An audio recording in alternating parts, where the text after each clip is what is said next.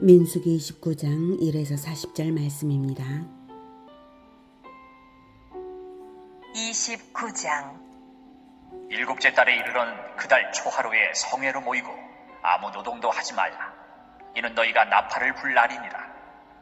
너희는 숫송아지 한 마리와 순양 한 마리와 1년 되고 흠없는 순양 7마리를 여호와께 향기로운 번제로 드릴 것이며, 그 소제로는 고운 가루에 기름을 섞어서 쓰되 숫송아지에는 10분의 3이요 순양에는 10분의 2요 어린 양 7마리에는 어린 양 한 마리마다 10분의 1을 드릴 것이며, 또 너희를 속죄하기 위하여 순염소 한 마리로 속죄제를 드리되, 그달의 번제와 그 소제와 상번제와 그 소제와 그 전제 외에 그 규례를 따라 향기로운 냄새로 화제를 여호와께 드릴 것이니라. 사랑하는 형제 여러분, 9월 7일 수요일 새벽 묵상에 오신 것을 환영합니다. 26장과 27장에서는 인구조사를 했고, 이제 가나안 정복전쟁을 하기에 앞서서 영적 전쟁에서 먼저 승리하기 위해서 온전한 재물을 가르치고 계신데요.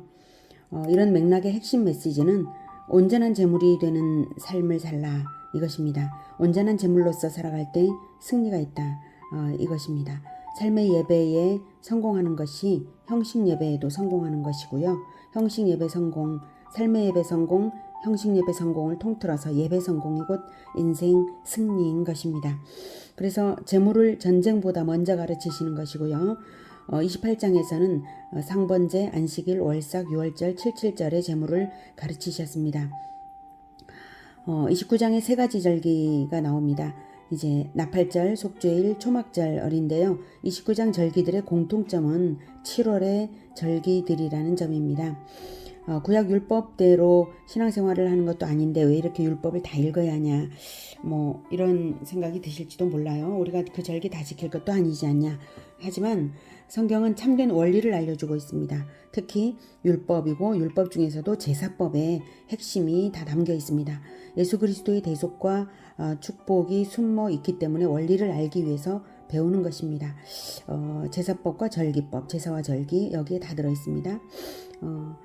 그래서 우리가 제사와 절기를 구약식으로 똑같이 지키기 위해서가 아니라 그 진리를 알면 율법에 얽매일 필요 없이 그 진리를 적용하는 삶을 살기 때문에 예수님을 내 인생에서 구현할 수 있는 것입니다. 1에서 6절까지 봤는데요. 나팔절, 먼저 첫 번째는 나팔절이 나옵니다. 일곱째 달 초하루입니다. 일곱째 달 초하루, 이제 종교력으로 일곱째 달이고요. 민간력으로는 이게 정월입니다. 우리가 쓰는 양력으로는 9, 10월 중에 있습니다. 나팔을 불 날이라고 하시는데, 나팔 소리가 상징하는 것은 시작을 선포하는 것입니다. 여러 가지 선포죠. 전쟁을 선포할 때도 나팔을 불고요. 또 축제 때도 나팔을 불고 하는데, 여기에서 이 일곱째 달 초하루가 의미하는 특별한 의미는 시작인데요. 그리스도에 대한 소망이 일어나는 거죠. 새하늘과 새 땅의 시작, 그것을 상징하는 것입니다. 영원한 나라의 시작, 재림 때이고요. 시내산에서 언약식을 할 때에도 하늘 나팔 소리가 울렸었죠. 언약 백성으로서의 시작입니다. 그래서 이제 나팔을 부는 것은 그리스도에 대하여 충성하라 라고 외치는 선포와도 같죠. 그래서 왕에 대한 충성, 이제 왕의 나라가 시작이 되었으니까요. 그것을 요구하는 것이고, 그리고 복음의 선포를 의미합니다. 무교절이 7일간 이어져 있었고, 또 구원받은 인생 전체 기간이라고 말씀을 드렸는데, 일곱째 달, 똑같은 7입니다. 완전 수칠, 일곱째 달 초하루에 나팔을 불라는 것은 역사 기간이 완료되고 새하늘과 새 땅을 시작하는 나팔 소리입니다. 예수님이 재림하실 때 천사들의 나팔 소리에 성도들이 모이게 되는데요. 바로 그 나팔 소리를 구약 시대부터 가르치신 것입니다. 그래서 새로운 시대를 시작한다는 점에서 이스라엘의 새해는 이때 시작되어서 민간력으로는 이때가 1월의 시작입니다. 일곱째 달에 이르러는 그래서 특별히 이르러는 이라고 말씀을 하시는 것이죠. 이르러는 초하루의 제물을 이렇게 준비해서 드리라 하시는데, 천국의 새 예루살렘에는 그런데 성전은 없어요. 그것은 희생 제사가 없다는 뜻이죠. 거기서는 찬양의 예배는 있어도 희생 제사, 즉 죽여서 드리는 제사는 없습니다. 왜 천국에는 없을까요? 바로 죄가 없기 때문이죠. 그래서 모든 사람이 하나님 안에 늘 있는 것입니다. 그런데 나팔절은 바로 천국의 시작을 기념하는데 왜 제사를 드리냐? 우리는 예수님을 영접해서 천국 백성이 되었지만 우리 몸은 아직 부활체가 아니고요. 이 땅은 새 예루살렘이 아니고요. 우리는 이중적 정체성을 가지고 있습니다. 우리의 실존은 하늘에 사는데 발은 땅을 딛고 살죠. 그래서 우리는 우리의 영적인 실존은 하늘에 있습니다. 그러나 발은 땅에 딛고 삶으로 제사를 드리고 또 나팔을 불므로써 시작을 선포하는 것입니다. 우리는 마치 태아와도 같습니다.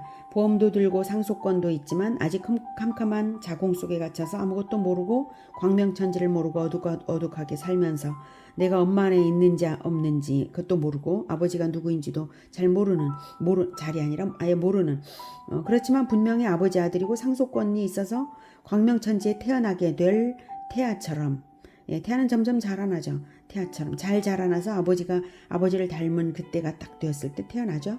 우리의 신부는 하나님 아들이 되었기 때문에 이 세상 사는 동안 속죄의 제사를 드려야 할 어둠 가운데 있는 것이죠. 그래서 회개를 계속하고 천국을 기대하며 살아야 하는 것입니다. 우리의 진짜 정체성이 하늘나라 시민인 것을 기억해야 합니다. 그래서 이 땅에 있는 동안 죄가 있을 수 있고 죄를 미워하면서 죄를 죽이고 나를 제물로 올려드리는 것입니다. 제사 없이 새로운 시작은 없는 것입니다. 월삭 때도 새로운 한 달을 시작하기에 앞서서 지난 한 달의 죄를 속죄하기 위해서 속죄를 드린 것과 같습니다. 7절 일곱째 달 열흘날에는 너희가 성회로 모일 것이요 너희의 심령을 괴롭게 하며 아무 일도 하지 말 것이니라. 너희는 숫송아지 한 마리와 순양 한 마리와 1년 된 순양 7마리를 다 흠없는 것으로 여호와께 향기로운 번제를 드릴 것이며 그 소재로는 고운 가루에 기름을 섞어서 쓰되 숫송아지 한 마리에는 10분의 3이요 순양 한 마리에는 10분의 2요 어린 양 7마리에는 어린 양 한 마리마다 10분의 1을 드릴 것이며 속죄제와 상번제와 그 소제와 그 전제 외에 순념소 한 마리를 속죄제로 드릴 것이니라. 네, 7절부터 11절까지는 대속죄일, 속죄일 또는 대속죄일이라고 합니다. 일곱째 달 열흘 종교력으로 그렇습니다. 대제사장이 이때는 1년에 한 번 속죄의 피를 들고 지성소에 들어가서 온 회중의 개인적 죄와 민족적인 죄를 전부 단번에 속죄하는 날입니다. 속죄일의 제물은 순념소 한 마리를 속죄제로 더 드리는 것 외에 그 외에는 나팔절의 제물과 똑같아요. 이때 속죄제로 추가로 드리는 한 마리 순념소는 레위기 16장에 나타나는 2마리의 순념소 중 제사용 순념소를 말씀하신 것입니다. 제거용 순념소 즉 아사셀 염소에 대해서는 여기서는 말씀하지 않으셨어요. 절개 제물에 대해서만 가르치는 중이어서 그렇습니다. 자, 그런데 이날의 의식이 1년에 단 한 번 속죄의 피를 들고 지성소에 들어가는 엄중한 것이어서 레위기 16장에 의하면 대제사장을 위한 속죄제와 제사장의 가족을 위한 속죄제와 온 백성을 위한 속죄제를 차례로 드리게 하셨습니다. 철두철미한 속죄를 거쳐서야 비로소 지성소에 들어갈 수 있었던 것이고요. 온 회중의 모든 죄를 단번에 속하는 일이었기에 극도로 엄중했던 것입니다. 모든 제물은 대속의 십자가 제물이 되신 그리스도를 예표하는데요. 특별히 대속죄일에 드리는 제사가 예표하는 점은 단번에 모든 백성의 모든 죄를 단번에 속죄하는 제사라는 점이 그것입니다. 그것을 히브리서가 이렇게 말하고 있습니다. 히브리서 7장 27절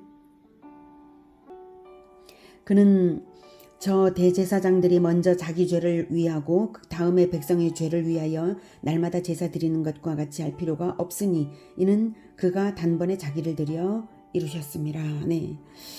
저 대제사장들이 먼저 자기 죄를 위하고 다음에 백성의 죄를 위하여 속죄를 드린 것은 속죄일, 대속죄일에 이렇게 했다는 것인데 그런 것처럼 할 것을 날마다 하는 것이 필요가 없는데 단번에 드렸다는 것입니다. 예수님께서.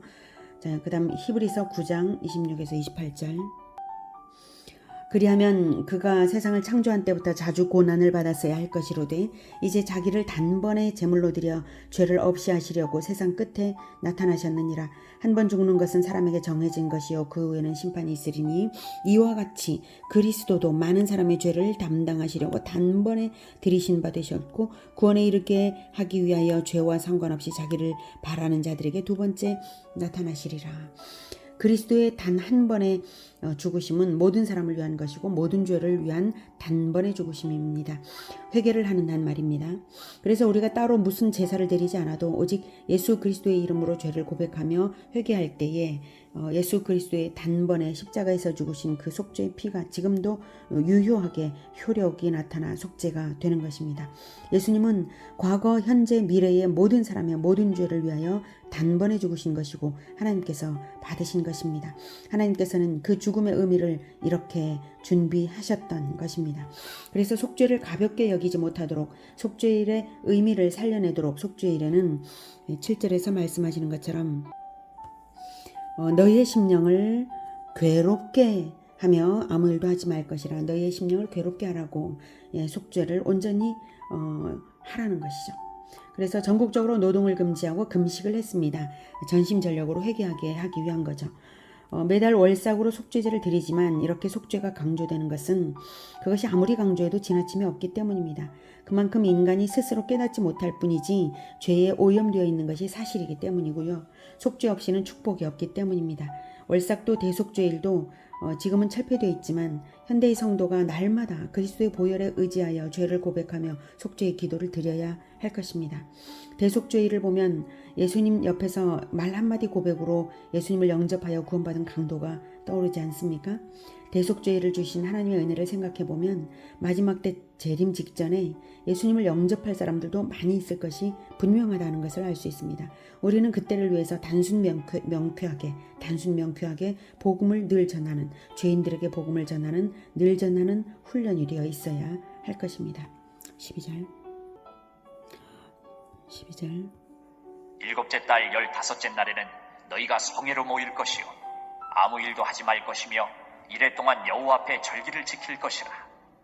너희 번제로 여호와께 향기로운 화제를 드리되 숫송아지 13마리와 순양 2마리와 1년 된 순양 14마리를 다 흠없는 것으로 드릴 것이며 그 소재로는 고운 가루에 기름을 섞어서 숫송아지 13마리에는 각기 10분의 3이요 순양 2마리에는 각기 10분의 2요 어린 양 14마리에는 각기 10분의 1을 드릴 것이며 상번제와 그 소제와 그 전제 외에 순염소 1마리를 속죄제로 드릴 것이니라.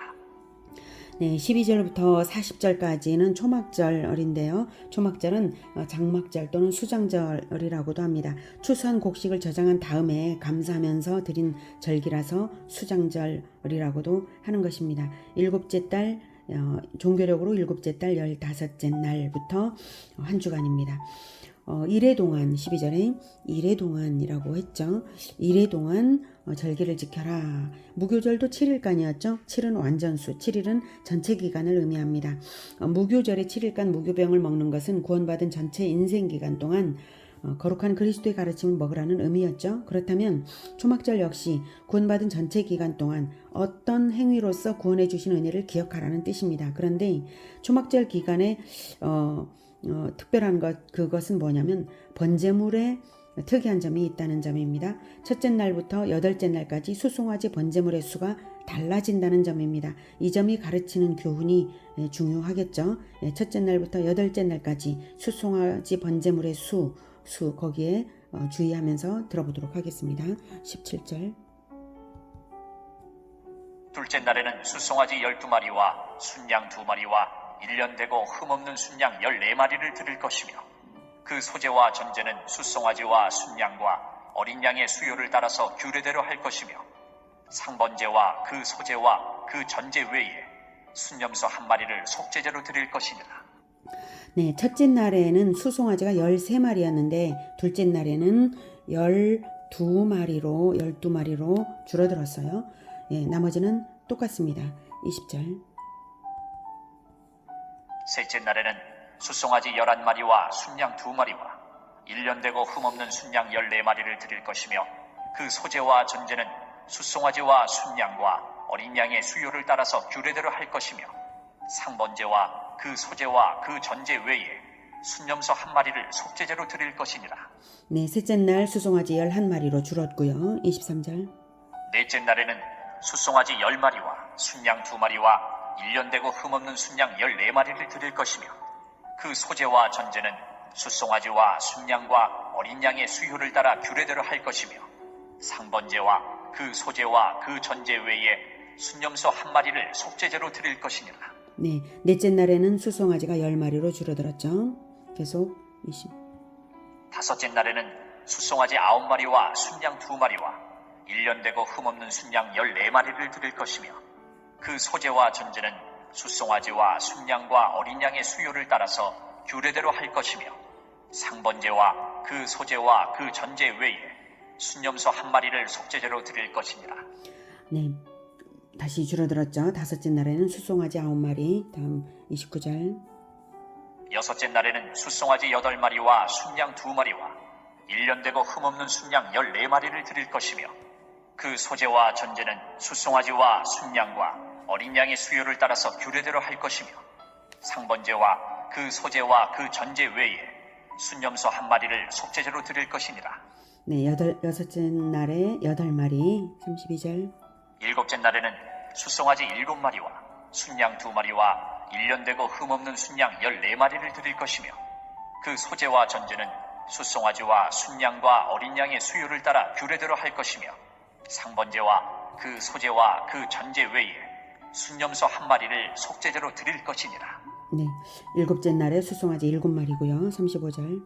여덟째 날에는 장엄한 대회로 모일 것이요 아무 일도 하지 말 것이며 번제로 여호와께 향기로운 화제를 드리되 숫송아지 1마리와 순양 1마리와 1년 되고 흠없는 순양 7마리를 드릴 것이며 그 소제와 전제는 숫송아지와 순양과 어린 양의 수요를 따라 규례대로 할 것이며 상번제와 그 소제와 그 전제 외에 순념소 1마리를 속죄제로 드릴 것이니라.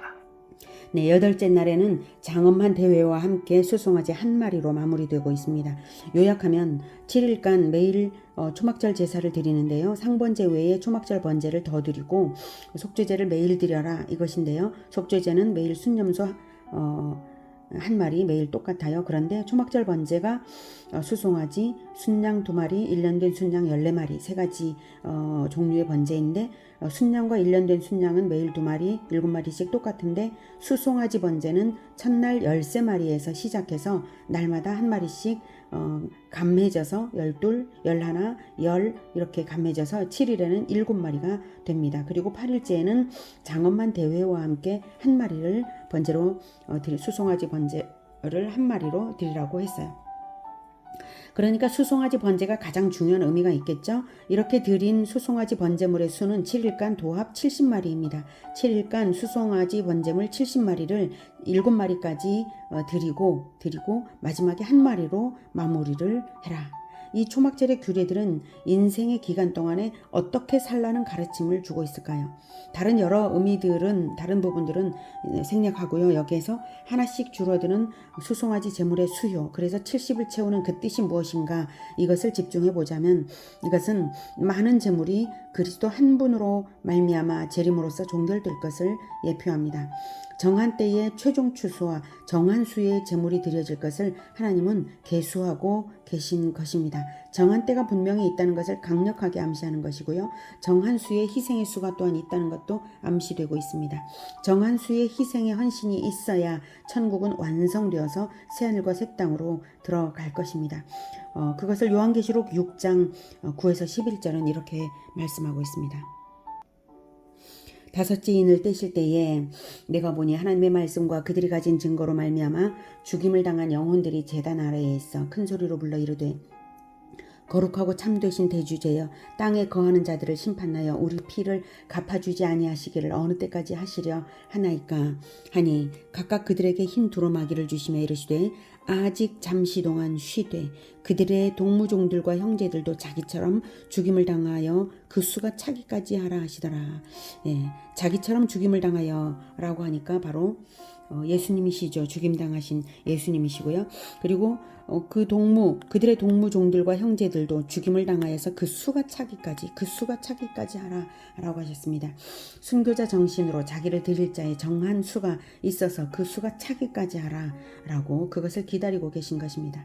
물론 자원하는 자 중에서 되는 것이죠. 영원한 영광의 축복을 받은 자들이죠. 자기 생명을 자발적으로 드린 자들입니다. 토마스 선교사처럼요. 한국교회라는 거대한 공동체를 토마스는 성경책을 던져주는 순교로서 이룬 것 아닙니까?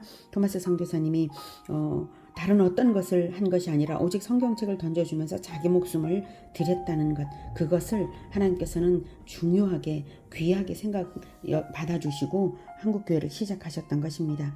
우리 한국교회가 선교사가 먼저 들어오지 않고 성경책이 먼저 들어왔고 그래서 교회까지 생겨났다는 그 점은 참으로 놀라운 일입니다. 바로 그런 소망, 하나님께서 일하실 것을 소망하면서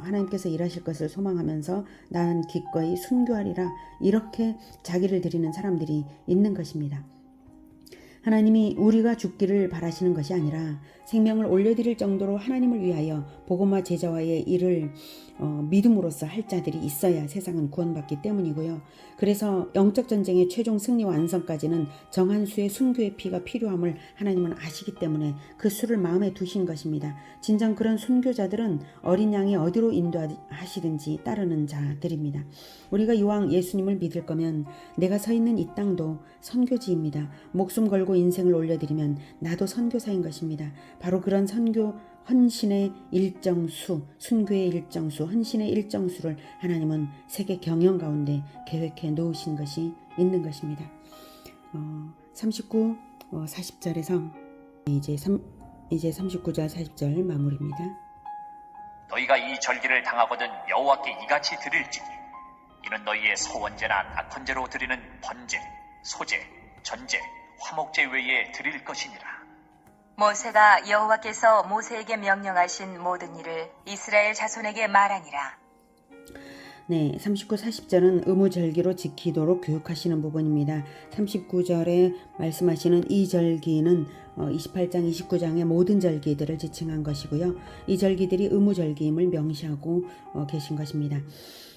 7월은 1년의 중간입니다. 하반기로 들어가는 첫 달에 이 절기들이 29장의 절기들이 있는 것은 우리가 살아가는 이 땅의 인생은 천국을 준비하는 기간인 것이고 우리는 영적인 7월 영원한 때를 고대하고 기념하라는 것입니다. 제물로서 기념하는 것은 죄를 버리고 나를 올려드리되 수장절의 풍성한 추수처럼 열매가 많이 맺어질 것을 기대하면서 나를 드리라는 것입니다. 제물 없이 열매가 없습니다. 이 땅의 제물은 영원한 열매로 맺어집니다. 영원한 상급입니다. 영원한 것을 사모하기 때문에 나 자신을 드릴 수 있는 것이고 하나님께서 일하시기 때문에 나는 오직 믿음으로 드려질 수 있는 것입니다. 영원한 것으로 열매 맺도록 나를 드리는 인생 사시는 우리 모두가 되기를 기원합니다. 기도하겠습니다. 하나님, 우리의 영혼은 하나님의 우편에 보좌에 앉으신 예수님과 함께 하늘에 거하고 있는 줄 믿습니다. 그러나 우리의 발은 이 땅에 있습니다. 그래서 죄에 너무나 쉽게 감염되기 쉬운 처지에 있습니다. 우리를 불쌍히 여겨주시고 언제나 예수 그리스도의 보혈로 우리를 깨끗하게 하여 주시며 우리가 날마다 하나님께 나 자신을 올려드릴 수 있도록 도와주시옵소서. 우리 자신이 하나님께 온전한 기뻐 받으시는 제물이 될 수 있기를 원합니다. 하나님, 우리의 생명을, 영원한 생명을 생각할 때에 이 땅의 생명은 아무것도 아니며 하나님께서 기뻐 받으시는 그 제물로서 영원한 열매를 거둘 것을 오히려 바라고 드려지기를 원합니다. 주님, 우리를 받아 주시옵소서. 예수님의 이름으로 기도드립니다. 아멘. 이어지는 시간은 개인 기도 시간입니다.